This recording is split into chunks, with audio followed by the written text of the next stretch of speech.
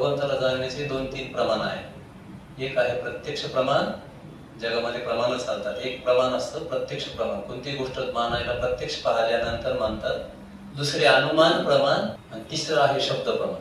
तर हे श्लोक जो आहे हा शब्द प्रमाणात आहे. भगवंतांनी सांगितलंय कसं जाणायचं. प्रत्यक्ष प्रमाणामध्ये आपल्याला माहिती आहे सगळं, कितीतरी चुका असतात. जरी प्रत्यक्ष असलं तरी खरं असतंच असं नाही. सूर्य आहे, सूर्य पाहिला सगळ्यांनी. सूर्य आपल्या समोर आहे ना, किती मोठा दिसतो, केवढा दिसतो सूर्य आपल्याला, हे गोळ्यासारखा दिसतो, बरोबर. मग खरोखर सूर्य तेवढाच आहे का? म्हणजे आपलं प्रमाण चुकीच झालं ना. डोळ्यावर आपला विश्वास आहे तर ते प्रमाण क्लिअर असेल असं काय सांगता येत.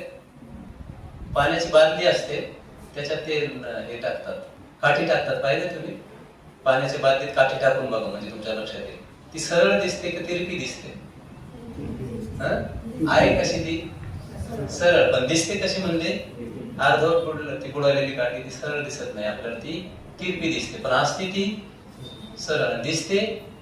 म्हणजे प्रत्यक्ष प्रमाण सुद्धा काही खरं आपण म्हणतो पाहिलं सगळं, मी सगळं माझ्या डोळ्याने पाहिल्याशिवाय मी विश्वास ठेवत, पण डोळ्याने पाहिलेलं सुद्धा काय होतंय म्हणजे चुकीचं होतंय. त्याच्यानंतर सांगितलं कधी कधी आपण एखाद्या आरशात कधी कधी तोंड बघितलं आपण तर कसं दिसतं माहितीये तुम्हाला?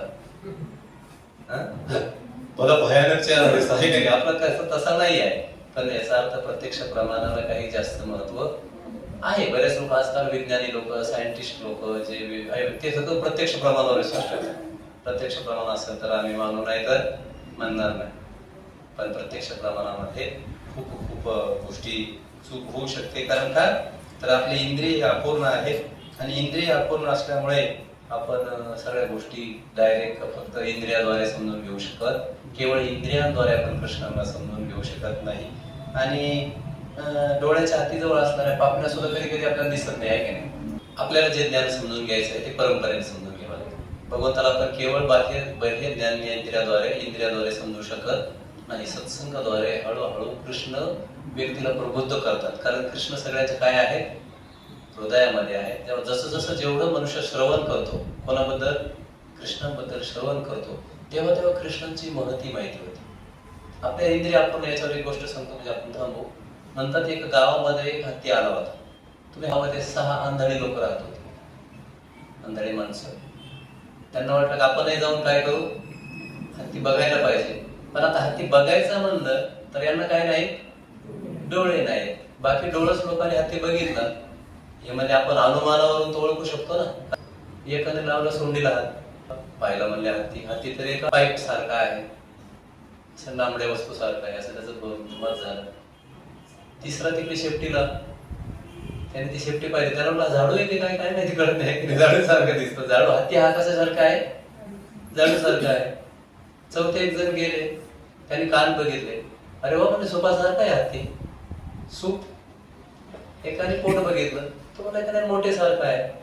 जेव्हा हे 6 आंधळे ग्रस्त रस्त्यानं चालले तेव्हा सगळे हत्तीच्या गप्पा मारत चालले. पण त्या गप्पा मारता मारता त्यांच्यामध्ये वादविवाद व्हायला लागला. तो म्हणून कसं हत्ती बघा खांबासारखा असा, तो म्हणा नाही रे खांबासारखा नाही हत्ती, झाडू सारखा आहे. दुसरा म्हणतो नाही तो सुपासारखा आहे. त्यांच्या सांगितलेल्या गोष्टी बरोबर असूनही चुकीच्या आहेत. म्हणजे याचा अर्थ अनुमान प्रमाण आपले सगळे बरोबरच आहेत असं काही सांगते ना. अनुमान प्रमाण एका मर्यादेपर्यंत बरोबर आहे. शास्त्रज्ञ लोकांनी केलेली, आपण केलेली भूमिका अनुमानाने बरोबर आहे असेल, पण पूर्ण प्रमाणित नाही आहे, पूर्ण बरोबर नाही, अर्ध सत्य आहे. काय आहे? हे अर्ध सत्य आहे. तसं जगात आपण जे पाहतोय ते अर्ध सत्य आहे. आणि याच्या वरती कृष्ण म्हणतात इदम ते गुह्यतम, जी गोपनीय आहे मला समजण्यासाठी आणि तुला दुःखातून मुक्त होण्यासाठी जी गोष्ट गोपनीय आहे, मी तुला आता ज्ञान आणि विज्ञान असं सांगतो कशा प्रकारे तू मुक्त होशील. प्रत्यक्ष प्रमाणातही चुकी आहे, अनुमान प्रमाणातही चुकी होण्याची शक्यता. अनुमान कधी कधी एक जण एक ग्रस्त एका घरी गेले, मोठे भांडणं चालले होते त्यांच्या घरात.